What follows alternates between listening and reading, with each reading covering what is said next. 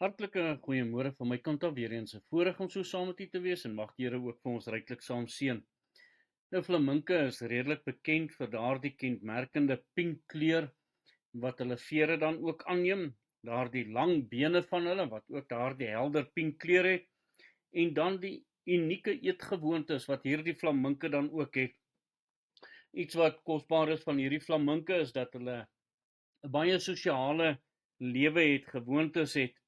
Hulle leef in groot groepe saam en is dit ook wonderlik om te sien die eenheid en die samewerking ook daarso.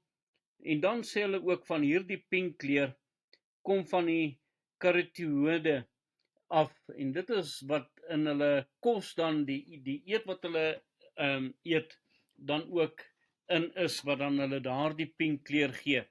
Ons sal later weer bietjie meer daaroor uitbrei. En wat 'n wonderlike voorreg wanneer ons kyk hoe God dan ook selfs in die natuur dan ook werk. Maar ongelukkig is dit so dat baie mense nie glo wat die woord van die Here ook vir hulle sê nie. Dink maar aan die ongelowige Thomas, Johannes 20 vers 25. Die ander disipels sê toe vir hom, ons het die Here gesien, maar hy het vir hulle gesê, as ek nie in sy hande die merke van die spykers sien en my vingers steek in die merke van die spykers en my hand in sy sy steek nie, sal ek nooit glo nie. Sien baie duidelik hierso dat Thomas nie deel was van daardie groep toe die Here Jesus Christus die eerste keer dan ook aan hulle verskyn het nie.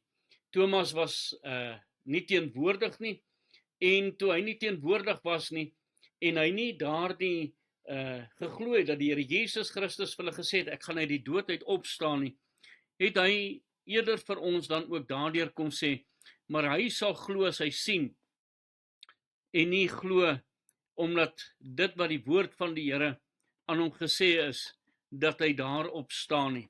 En ongelukkig is baie mense so, dat hulle nie glo in die woord van die Here nie. Hulle wil eers sien.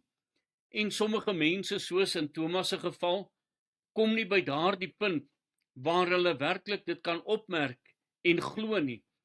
Juis soos Thomas in hierdie geval, hy was nie teenwoordig toe daardie groot wonderwerk dan ook plaasgevind het, toe die Here Jesus Christus homself ook dan aan hulle verskyn het nie. Baie mense mis die dinge van die Here, omdat hulle nie teenwoordig is daar waar die Here sy seën wil gebied nie. En wanneer mense daarvan getuig, dan sê hulle, maar ons glo nie, ons wil dit eers sien. En so is dit in baie mense se lewe, soos in Thomas se. Ons sien ook dat daar verlore geleentheid was, Johannes 20 vers 24, en Thomas wat genoem word Didimus, een van die 12, was nie saam met hulle toe Jesus gekom het nie.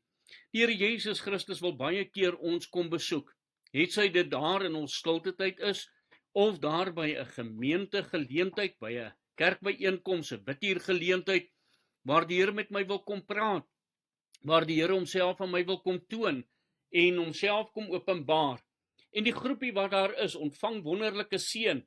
Hulle kom in die teenwoordigheid van God, en hulle kan daarvan getuig. En ander mense wil nie daardie geleenthede bywoon nie.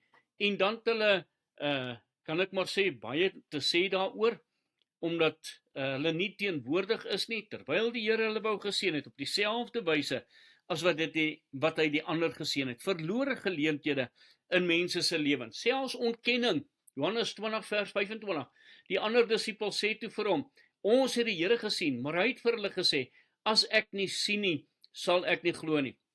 So is dit in baie mense se lewe, hulle wil eers sien voordat hulle glo, en hulle glo nie die woord van die Here nie.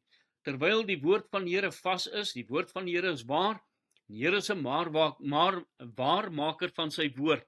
Daarom, liewe toehoorder, kan ons op sy woord staan, en dat ons nie moet ontken nie, want baie keer is die ontkenning, maar net om onsself te regverdig, terwyl God heerlike dinge ook aan ons wil doen.